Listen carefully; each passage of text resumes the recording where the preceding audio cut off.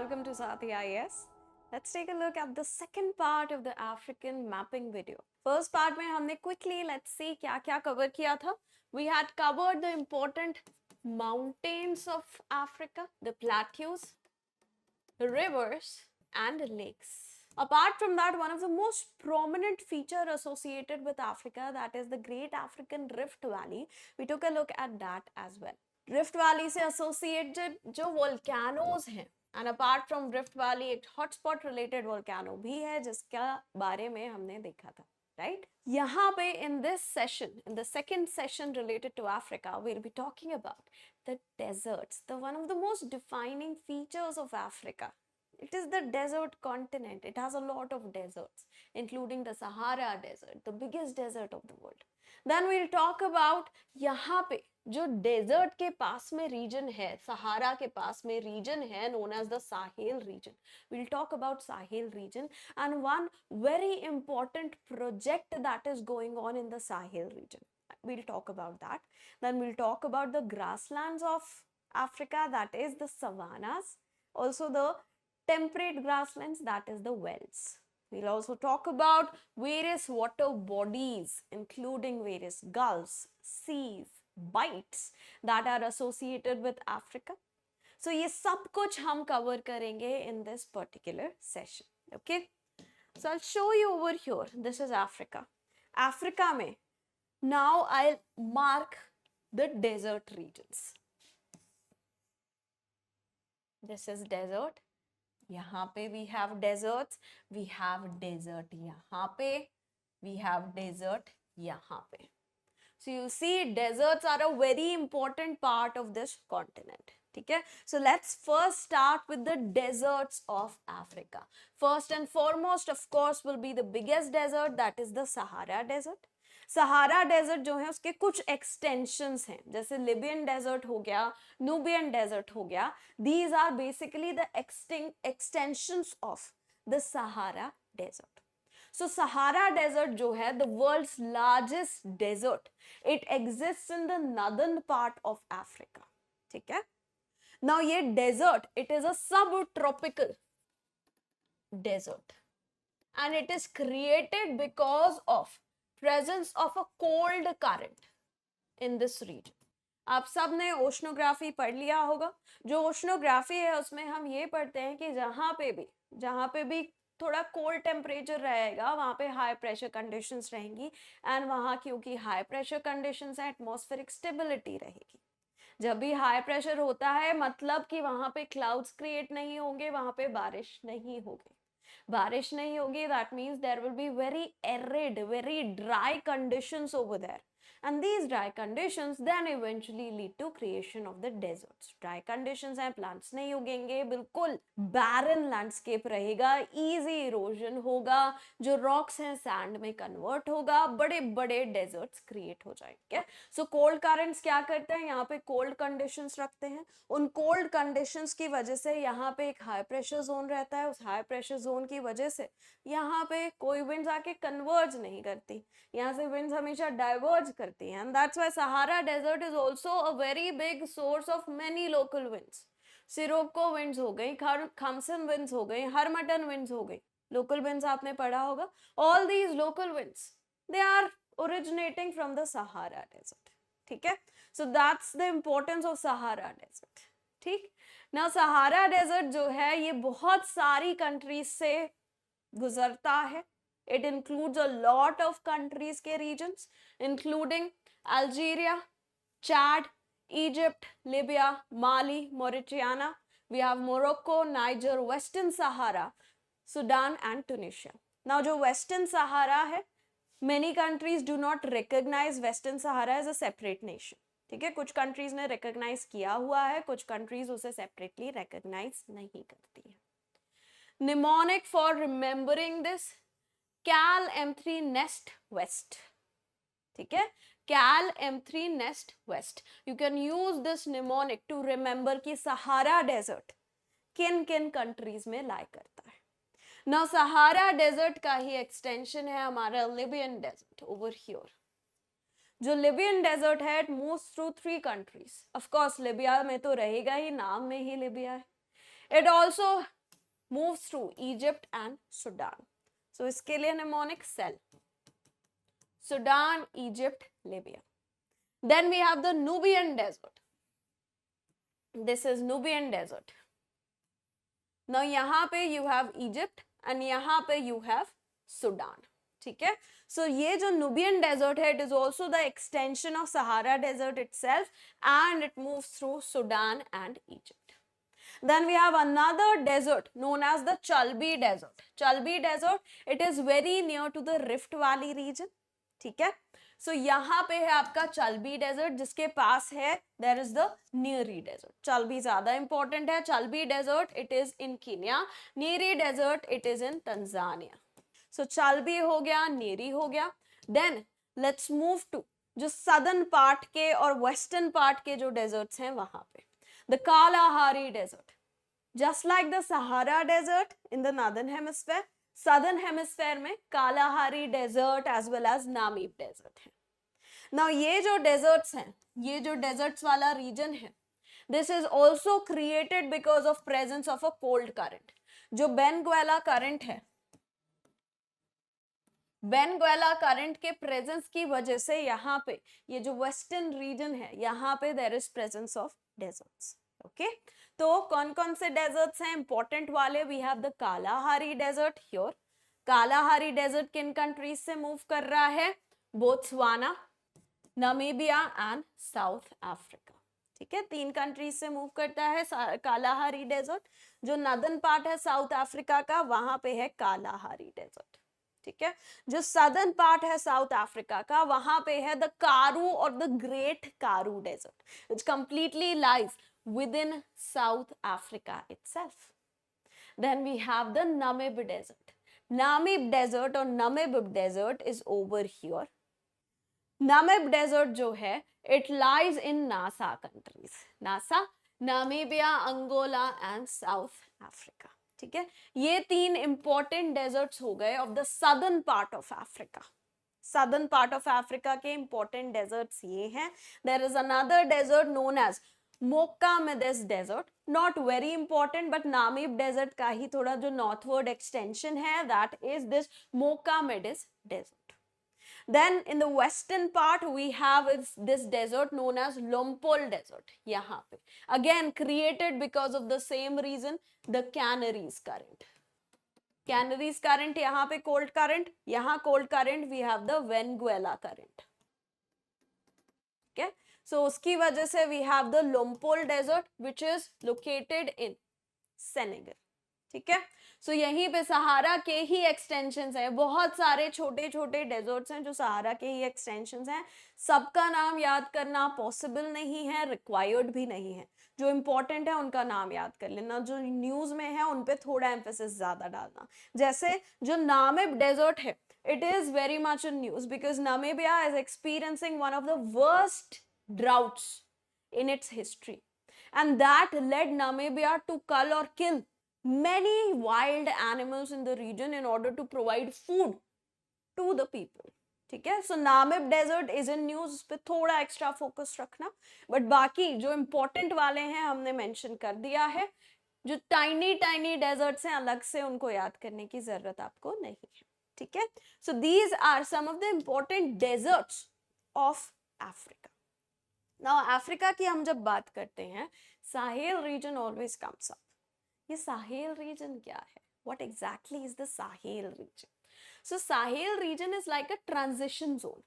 ठीक है, it is a transition zone. यहाँ पे देखो सहारा डेजर्ट है, यहाँ पे जो लाइट येलो में है, this is the tropical grasslands of Africa, also known as the Savannah region. इसे सवाना लिखते हैं या बस सवाना लिखते हैं. ठीक है, दोनों both the spellings are correct. So this Sahel is basically the transitional zone between the very arid Sahara region and the tropical grassland, that is the Savannah region. So ये जो zone है, ये zone है semi-arid. It is a semi-arid region. It is around 5,400 kilometers in length. Start होता है Atlantic coast से, जाता है till the Red Sea coast. So पूरे रीजन में, लैटरली पूरे रीजन में है आपका Sahel zone. It moves through 11 countries which include Senegal, Mauritania, Mali, Burkina Faso, Niger, Nigeria.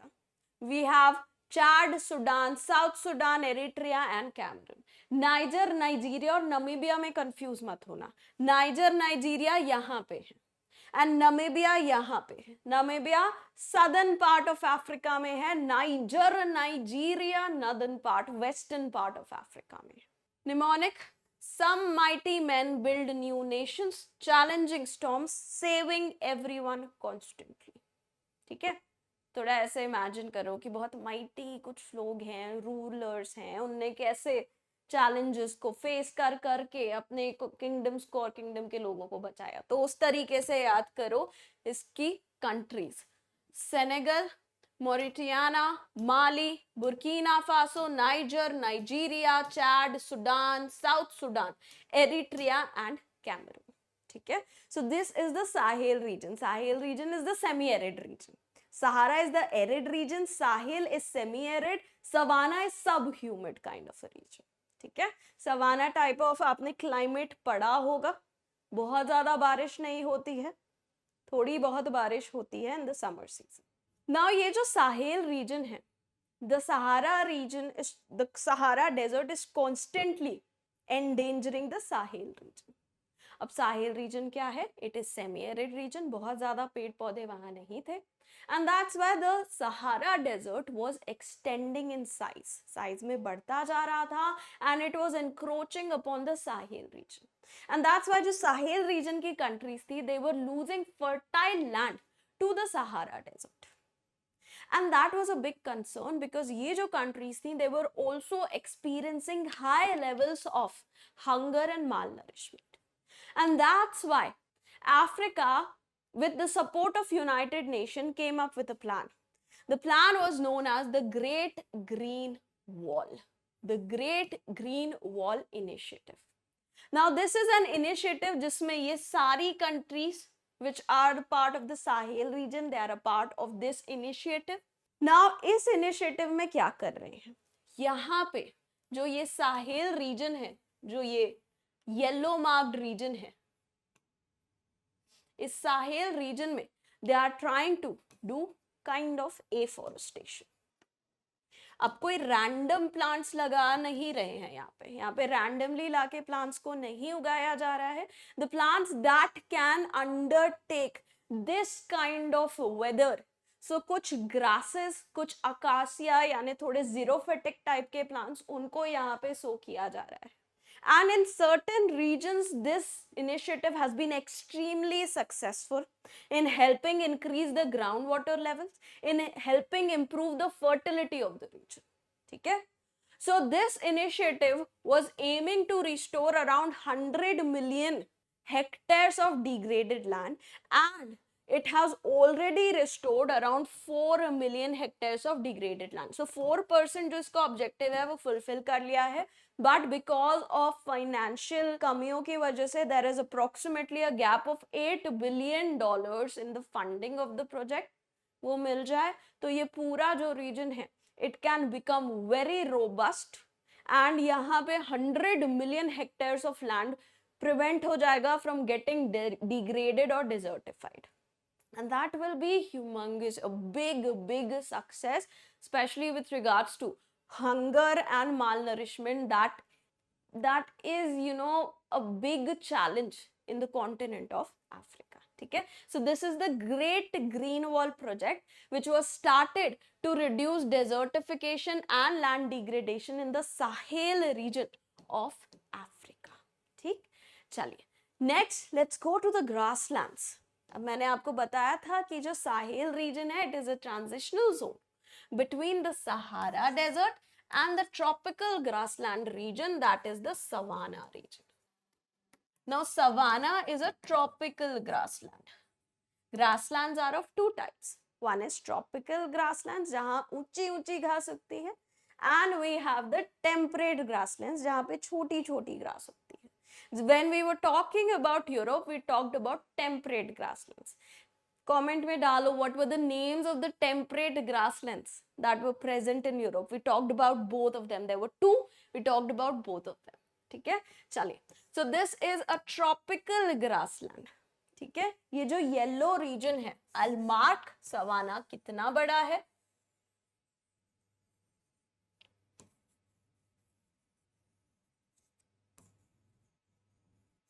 This is savanna region. जो रेड में मैंने मार्क किया हुआ है यहाँ पे, this is your savanna region. ठीक है. Now savanna जो है, it is one of the most prominent tropical grassland of the world, and it covers around 23 African countries. सबका नाम जानने की जरूरत नहीं है, अभी के लिए बस इतना जानो, अफ्रीका में one of the biggest tropical grasslands of the world exists, which is known as savanna. ठीक है. इंडिया में भी एक tropical grassland, important tropical grassland लाया करता है, known as the Banni grasslands near the Kutch reason.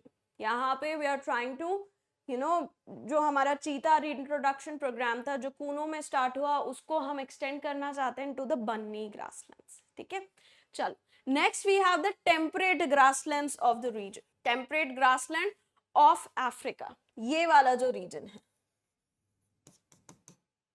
Here, यहाँ पे जो डार्कर वाला पार्ट है, that this is known as the velds. So velds are the temperate grasslands within Africa. ठीक है, किन किन कंट्रीज में ये है? Of course South Africa, then Lesotho and Swaziland, जिसका न्यू नाम है एस्वातिनी. ठीक है, so savanna it traverses through 23 countries, whereas Wales they traverse through 3 countries. Wales we have high Wales जो थोड़े हायर एल्टीट्यूड पे हैं, ड्रैकेनबर्ग जो हमारे माउंटेन्स हैं उसके आसपास, and then we have the low velds. ठीक है, बट इनका क्लासिफिकेशन नॉट वेरी इंपॉर्टेंट, दोनों combined to create the wells, the temperate grasslands of South Africa, in fact southern part of Africa including South Africa, Lesotho and Eswatini. याद रखना, Eswatini और Swaziland same country. पुराना नाम था Swaziland, अब हो गया एस्वातिनी. जैसे टर्की, पुराना नाम था टर्की, अब हो गया तुर्की. ठीक है, similar to that. Let's now come to the important water bodies of the region. Of course, first is Mediterranean Sea, which borders the northern part of Africa, but we have already studied about it in detail when we were talking about Europe. ठीक है, तो वापस से I won't be repeating that, repetitive होगा, time waste होगा आपका भी. Next we have the Red Sea. Very important right now. क्यों? Because this region right now is highly geopolitical tensions यहाँ पे चल रहे हैं. ठीक, दिस इज इजराइल. इजराइल में यहाँ पे this is where your Gaza strip lines. ठीक है, ना इजराइल और गाजा के बीच में वॉर चल ही रहा है, आपको पता है. इजराइल और ये लेबनान है, उनके बीच में भी वॉर चल रहा है. एंड यमन में there are certain rebel groups known as the Houthi groups, which are in solidarity with the people of Gaza, and because of that solidarity, यहाँ पे कोई भी अगर शिप आती है, इस वाले रीजन में कोई भी शिप आती है रेड सी के रीजन में, तो वो उन पे अटैक कर रहे हैं. तो what is happening, यहाँ पे है आपका Suez canal. Here you have your Suez canal. Suez canal से किसी भी शिप को अगर आना है, it will have to go through the Red Sea, then this strait known as Bab el-Mandab, into Gulf of Aden, and then into the Indian Ocean. The Houthi rebels, they were attacking a lot of ships and they were not allowing the Israeli ships to move from over here, and that's why Red Sea has been in news for the past 1 year. ठीक, so Red Sea की अगर हम बात करें, इसके surrounding nations कौन है? We have yes this, that is यहाँ पे देखिए Yemen, Egypt, Saudi Arabia, yes this, Djibouti, Eritrea and Sudan. So yes, this. These 6 countries are bordering the Red Sea. 2 Asian countries and 4 African countries. ठीक है, यहाँ पे this is Gulf of Aqaba. जब हम Asia पढ़ेंगे तब I talk about gulf of Aqaba. This is the Gulf of Suez. ठीक है, ये है आपका गल्फ ऑफ एडन. नाउ ये जो गल्फ ऑफ एडन है, again very important shipping route, because Red Sea से वाया सुएज कैनाल किसी भी शिप को आना है तो it will have to move into Gulf of Aden. ठीक, Aden is a city in Yemen. So यहाँ पे you have the Gulf of Aden. Gulf of Aden के सराउंडिंग नेशंस कौन से हैं? यमन, ऑफ कोर्स, क्योंकि Aden is a city in Yemen, उसके नाम पे है, तो Yemen will be a bordering nation. Then we have Djibouti and we have Somalia. ठीक है, these 3 countries are surrounding the Gulf of Aden. ठीक, now किसी भी कंट्री, किसी भी कुछ भी मूवमेंट होना है अगर सुएज कैनाल रूट से, तो how will it move? This is Suez canal, it will enter into the Gulf of Suez, enter into Red Sea, then it will have to move through this strait. This strait is known as the Strait of Bab al-Mandeb. The Strait of Bab al-Mandeb. यहाँ से ships will go into Gulf of Aden. So this is the route any ship that has to go through Suez Canal will have to follow. यहाँ से जाना है तो Gulf of Aden, Bab al-Mandeb, Red Sea and then Suez Canal. Otherwise this route. ठीक है. Next set of important water bodies देखते हैं. We have the Gulf of Sidra and the Gulf of Gabes. So this is Gulf of Sidra and this is Gulf of Gabes. ठीक है, ये है Libya, this is Libya and Tunisia. Fine. Next Gulf of Guinea. Gulf of Guinea में 2 rivers जा रही थी. In the last session we talked about it. 2 important rivers that were entering into Gulf of Guinea. Let me know in the comments. So Gulf of Guinea किन countries को border कर रहा है? Sing not from S but C. Cameroon, Ivory Coast, Nigeria and Ghana. So Gulf of Guinea is over here. Next we have the Bight of Benin and Bight of Bonny. अब bight क्या होता है? What do you understand by a bight? एक थोड़ा बे अगर थोड़ा बड़ा हो जाए, it becomes a bight. ठीक है, so bight is basically a curve in the coastline. This is your bight of Benin, a curve in the coastline. This is your bight of Bonny, which is also known as the bight of Biafra. Bight of Bonny, bight of Biafra, दोनों एक ही जगह का नाम है. ठीक है, UPSC might ask Bonny या Biafra, confuse मत होना, दोनों सेम ही चीज है. बाइट ऑफ बेनिन, जो बाइट ऑफ बेनिन है ऑफ कोर्स बेनिन जो कंट्री है उसको बिलोंग करेगा. Then we have Togo and Nigeria. Bight of Bonny, Cameroon and Equatorial Guinea. This is a small country known as Equatorial Guinea and this is Cameroon. यहाँ पे आपका bite of Bonnie, यहाँ पे है आपका टोगो, बेनिन एंड नाइजीरिया पे है bight of Benin. ठीक है. Next, some important capes of Africa. Of course, Cape of Good Hope. When the countries were not able to take the Suez Canal route, they were taking the Cape of Good Hope route in order to move from Europe to Asia or to say Australia or any other place. So Cape of Good Hope, it is over here. This is Cape of Good Hope. ठीक है, उसके just side में है cap अगुलस. So Cape of Good Hope, Cape Agulhas both lie बिल्कुल in the southern extremity of Africa. In fact, Cape Agulhas is the southernmost point of the continent of Africa. So ships को पहले जब Suez Canal route नहीं available था, the ships they had to move through this route. They had to take this route in order to enter into Indian Ocean. And इसको Cape of Good Hope क्यों बोलते हैं? Because यहाँ पे there is, यहाँ पे आप देखो the ocean is very shallow. क्योंकि ओशन काफी शैलो था, यहाँ पे बहुत सारे अंडर वाटर पत्थर वगैरह थे which could pose danger to the ships. So the ship के जो कैप्टन्स और जो क्रू रहता था they used to constantly pray for good hope कि हमारी शिप को कुछ ना हो, हमारी शिप डिस्ट्रॉय ना हो. That's why it's known as the Cape of Good Hope. Then we have the Cape of Agulhas, the southernmost point of the continent of Africa. Then we have Cape Gorf Dafui and Ras Hafun or Cape Afun. ये दोनों lie करते हैं in the country of Somalia. यहाँ पे देखिए, this is Cape Gordaful and this is, ये है Cape Gordafool and this is Cape Hafoon or Ras Hafoon. ठीक है, they both lie in the Horn of Africa region. आगे बढ़ते हैं. Let's talk about the important straits and channels that are associated with Africa. We have the Strait of Gibraltar, जिसको हमने already पढ़ लिया है in Europe. I won't be repeating it. Next, we have Bab el Mandeb. This also I have already talked about. Bab el Mandeb connects Red Sea with the Gulf of Aden. And it is separating Djibouti and Yemen. So जो horn of Africa में Djibouti वाला reason है उसको Yemen से separate कर रहा है हमारा Bab el Mandeb strait. Then we have the Strait of Sicily.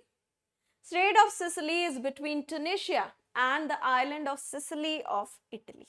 ठीक है, यहाँ पे let's take a look. This is your Sicily वाला वो Strait of Sicily. This is Bab el Mandeb. This is Gibraltar.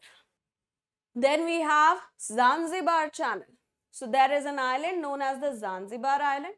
There is another island known as the Pamba Island, which are off the shore of Tanzania. ठीक है, so Zanzibar Island और Tanzania को separate करता है Zanzibar Channel. There is another channel known as the Pamba Channel, which separates Tanzania and Pamba Island. ठीक है, यहाँ पे I'll show you both. ये देखिए, this is Zanzibar Island, ये tiny सा island, this small island, and this is the Pemba Island, Pamba या Pemba Island. ठीक है, and these are separated from mainland Africa by straits. This is the Zanzibar Channel, straits or channels. This is the Zanzibar Channel and this is the Pemba or Pamba Channel. ठीक. Next, we have the Mozambique Channel. A river falls into Mozambique Channel. Let me know in the comments. पिछले session में हमने देखा था. Mozambique Channel जो है, it is separating the mainland Africa from the island of Madagascar. ठीक है? It is a very important shipping route. Very important shipping route in the eastern coastal region of Africa. So कोई भी ship किसी को यहाँ से इधर जाना है, नदन साइड, इंडिया के साइड, ईरान के साइड, गल्फ के साइड, या वहां से इधर आना है किसी भी शिप को, so they usually take Mozambique Channel route. So this is your Mozambique Channel. बड़ा बड़ा यहाँ पे लिखा हुआ है. It is separating Africa from mainland Africa from the island of Madagascar. Once upon a time, Madagascar, Africa, India सब साथ में मिले हुए थे in the form of Gondwana land, जो separate हो गया है eventually. Then we have the Gardafoy Channel. Gardafoy Cape देखा था, वहीं पे है Gardafoy Channel, which separates Somalia and the island territory of Yemen, that is Socotra. S-O-C-O-T-R-A, Socotra. ठीक है, यहाँ पे आप देखिए, this is Socotra, this is Somalian Peninsula, and यहाँ पे this is your Gardafoy Channel. So Gardafoy Channel use करके जो ships होती हैं Gulf of Aden से Indian Ocean, main Indian Ocean वाले part में आ जाती हैं. ठीक है, so these are the various different water bodies, straits, channels associated with Africa. And with that we come to an end to the topic of the continent Africa. Next session mein we'll be talking about another continent, so stay tuned for the next set of videos. Thank you so much. This is me, Pallavi Saxena, signing off. Take care everyone. Do not forget to download the PPT from the pinned comment.